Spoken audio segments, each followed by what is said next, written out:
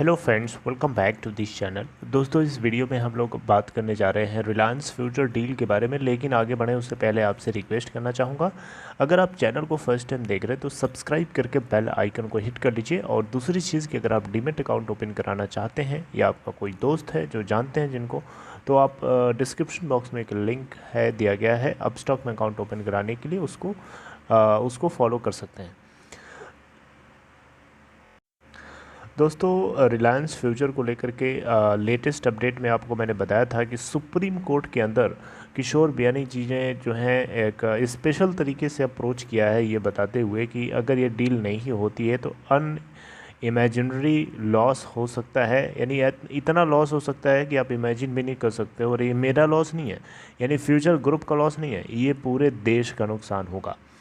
वहीं दूसरी साइड अगर हम देखें तो इसको देखते हुए अमेज़ॉन की घबराहट थोड़ी बड़ी है, जिसके चलते उस सेबी को, security exchange board of India को अप्रोच किया और उनको याद दिलाया कि आपने कंडीशनल बेसिस पे अप्रूवल दिया था रिलायंस फ्यूचर की डील को लेकर के। तो अब सुप्रीम कोर्ट से फाइनल जजमेंट आ चुका है, अब उसको फॉलो करते हुए आप फाइनलाइज करिए कि अमेज़ॉन जो है इस केस को जीत चुका है और फ्यूचर ग्रुप जो है इस केस को हार चुका है। सिंगापुर इंटरनेशनल आर्बिट्रेशन सेंटर से अभी तक कोई अपडेट नहीं आई है दोस्तों। जो भी जजमेंट था, हालांकि वो मंथ के एंड तक आना तो था, लेकिन मंथ भी निकल गया और अभी तक कोई अपडेट नहीं है उसको लेकर के। जो कुछ होगा आएगा, मैं आपसे डिस्कस ज़रूर करूँगा। लेकिन दोस्तों, बीच में आप लोगों से मैं बताना चाहूँगा, एक अपने तरीके से मैं बातचीत करना चाहता हूँ इस मुद्दे के ऊपर। देखिए दोस्तों, सरकार के लिए ये इतना ज़्यादा क्रूशियल है, सरकार को इस चीज़ के ऊपर बहुत ही ज़्यादा क्लोजली देखना चाहिए और समझना चाहिए।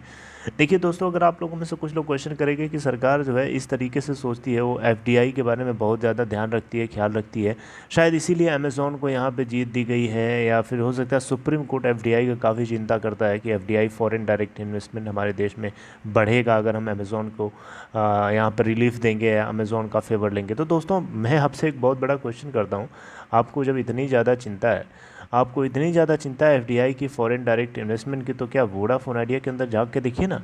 वोडाफोन आइडिया के अंदर झांकिए और देखिए, बताइए मुझे कि क्या वोडाफोन आइडिया में वोडाफोन क्या फॉरेन डायरेक्ट इन्वेस्टमेंट नहीं है? क्या वोडाफोन क्या कोई अपने देश की कंपनी है?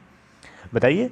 अगर आपको ज़्यादा चिंता है फॉरेन डायरेक्ट इन्वेस्टमेंट की, आपको ज़्यादा चिंता है कि एफडीआई हमारे देश में कम ना हो, तो आप वोडाफोन आइडिया में वोडाफोन को सपोर्ट करिए ना।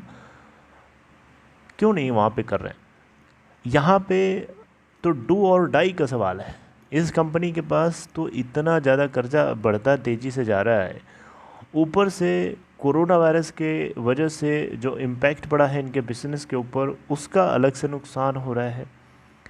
तो यहाँ पे तो डू और डाई का सवाल है भैया। यहाँ पे तो इतनी ज़्यादा ज़रूरत है कि अगर ये ना आप करेंगे मदद, तो ये कंपनी सर्वाइव तो छोड़िए, ये पूरा ग्रुप ही इनका साफ़ हो जाएगा। 40 साल की इनकी पूरी बनाई हुई मेहनत किशोर बियानी जी की सब बर्बाद हो जाएगी।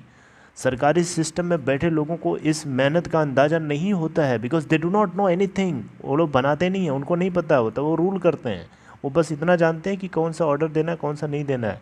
जो बनाता है ना, वो जानता है कितनी दर्द होती है, कितनी मेहनत होती है, कितनी कितनी कितने खून पसीने से वो चीज़ बनती है। तो दोस्तों, अब इसमें कोविड-19 के आ जाने की वजह से लॉस हुआ जो किशोर बियानी जी का, उसमें किशोर बियानी की क्या गलती है बताइए ना। किशोर बियानी जी की कोई गलती है तो बताइए। अब गलती सिर्फ इतनी हो गई कि 1500 करोड़ रुपए का अमेज़ॉन की तरफ से इन्वेस्टमेंट करा दिया गया फ्यूचर कूपन के अंदर।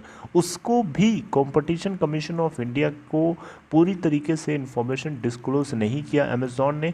इस केस को लेकर के सीसीआई ने क्वेश्चन तो खड़ा किया था, लेकिन उस क्वेश्चन के बाद क्या हुआ, इस चीज़ को अभी तक अपडेट नहीं है। कुछ भी नहीं, सब साइलेंट चले गए, चुपचाप सब बैठ गए। क्या है इससे, क्या लग रहा है आपको?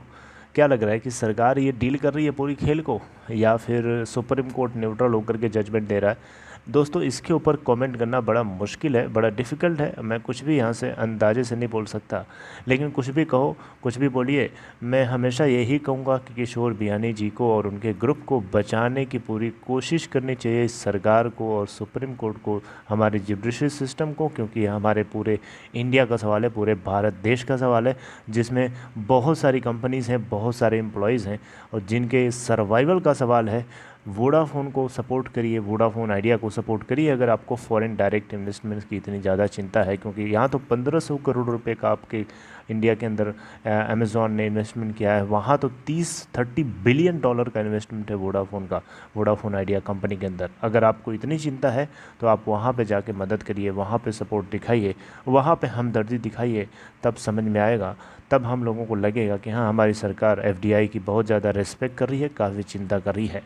देखिए दोस्तों, ये सब कुछ मेरा एजम्पशन है, वो पूरी तरीके से मैं गलत भी साबित किया जा सकता हूँ, तो इस चीज़ को आप इग्नोर मत करिएगा। मैं कोई भगवान नहीं हूँ कि जो मैं बोल दूँगा सही हो जाऊँगा, मेरी बातें गलत भी हो सकती हैं, इसीलिए मैं आप लोगों के राय को जानने की कोशिश करूँगा। और आप कमेंट बॉक्स में जो है बताइएगा, आप लोग क्या इस तरीके से सोचते हैं? क्या आपको लगता है कि ऐसा हो सकता है, ऐसा सरकारें कर सकती हैं, हमारा जुडिशल सिस्टम ऐसे सोच सकता है?